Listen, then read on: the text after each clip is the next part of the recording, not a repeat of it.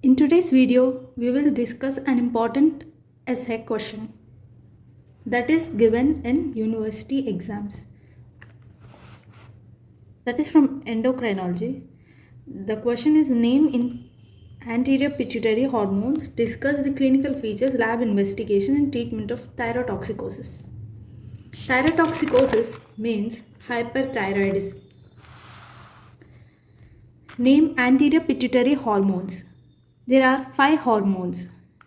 They are growth hormone, ACTH, adenocorticotropic hormone, and follicle stimulating hormone, and luteinizing hormone, that is FSH and LH, prolactin, and TSH, thyroid stimulating hormone. Let us see some of the functions of these hormones. Growth hormone. Growth hormone promotes growth, lipid and carbohydrate metabolism. It is responsible for lipid and carbohydrate metabolism, which means promotes growth. It is a hormone responsible for bone growth, and lipid and carbohydrate metabolism occurs in soft tissue. And thyroid stimulating hormone, TSH.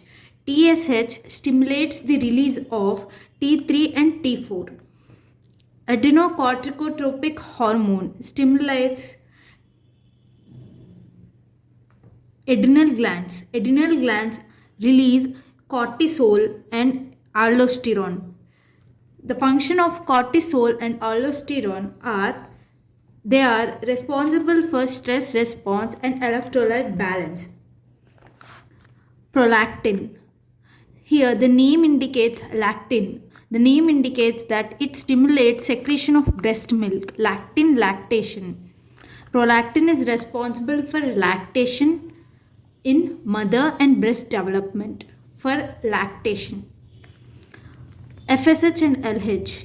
FSH and LH hormone are responsible for development of gonads, for the secretion of hormones in reproductive organs, that is uterus in females and testes in males. FSH and LH are responsible for release and secretion of testosterone in males testes, production of testosterone and release of testosterone, and in females it is estrogen. So these are the hormones of anterior pituitary. So these hormones, the thyroid stimulating hormone, all the 5 hormones can be affected by hypothalamus, because hypothalamus secretes hormones, because hypothalamus controls anterior pituitary and posterior pituitary by means of a pituitary stalk. It is anatomically connected to anterior pituitary and posterior pituitary. It influences these all hormones. And let us now discuss about thyrotoxicosis or hyperthyroidism, which means increase in T3 and T4 levels in thyroid gland. Increase in synthesis and secretion of thyroid hormones which lead to hypermetabolic state is known as hyperthyroidism or thyrotoxicosis. Causes of hyperthyroidism. It can be remembered by mnemonic GSM death. GSM is a term used for assessing thickness of paper or fabric. GSM and death, we all know what is death. GSM. G for Graves' disease, S for struma ovariae, M for metastatic follicular thyroid cancer. Drugs, excess of iodine or amiodarone.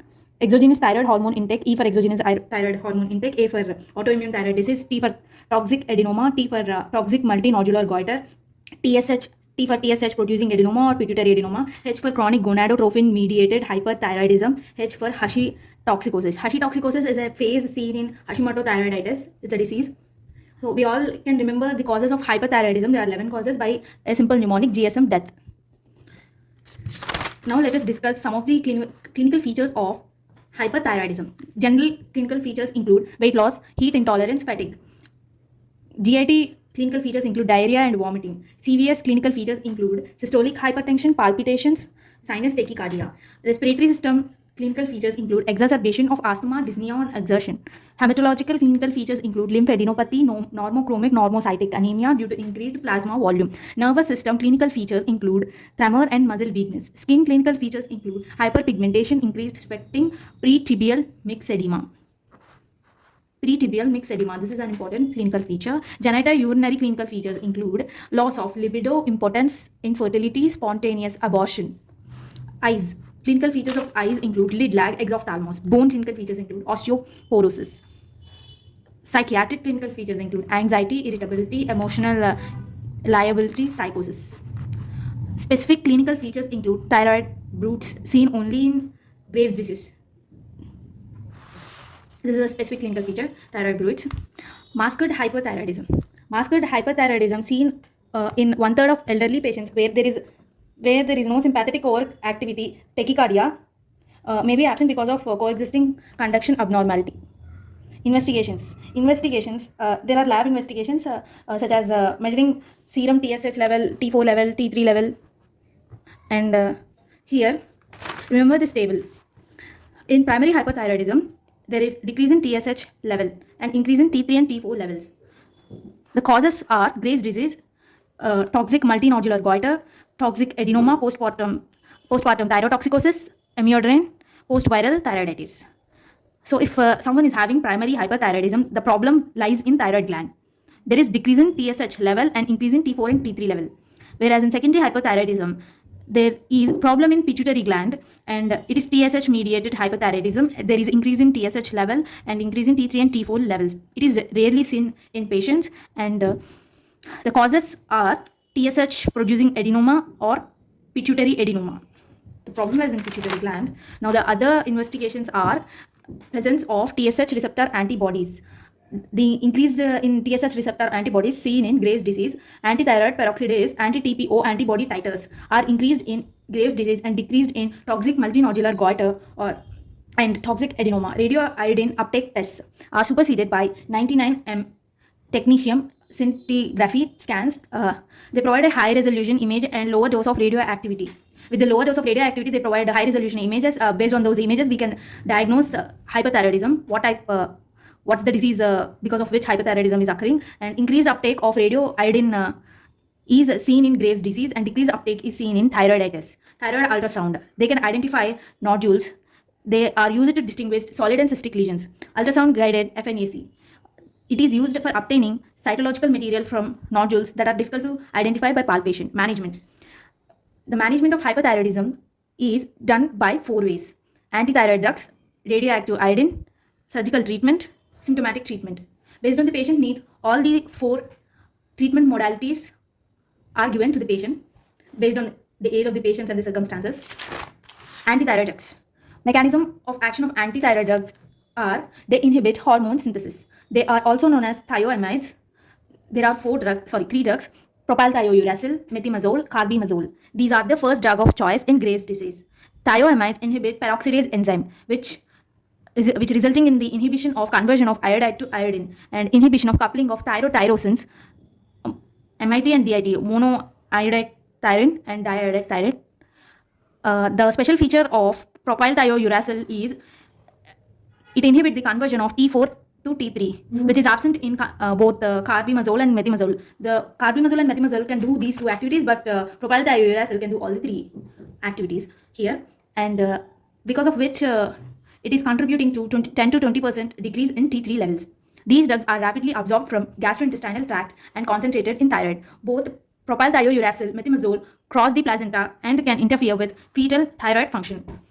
Propylthiouracil can cause hepatic failure and hence used only in first trimester of pregnancy. It is safe in first trimester of pregnancy, propylthiouracil. Methimazole is given 5 to 10 mg once daily. If there is no improvement after giving methimazole for 5 to 10 mg for 2 to 3 weeks, then 30 to 40 mg once daily should be given. If the levels are normalized, then 2.5 to 5 mg once daily should be given. The dose should be lowered to 2.5 to 5 mg.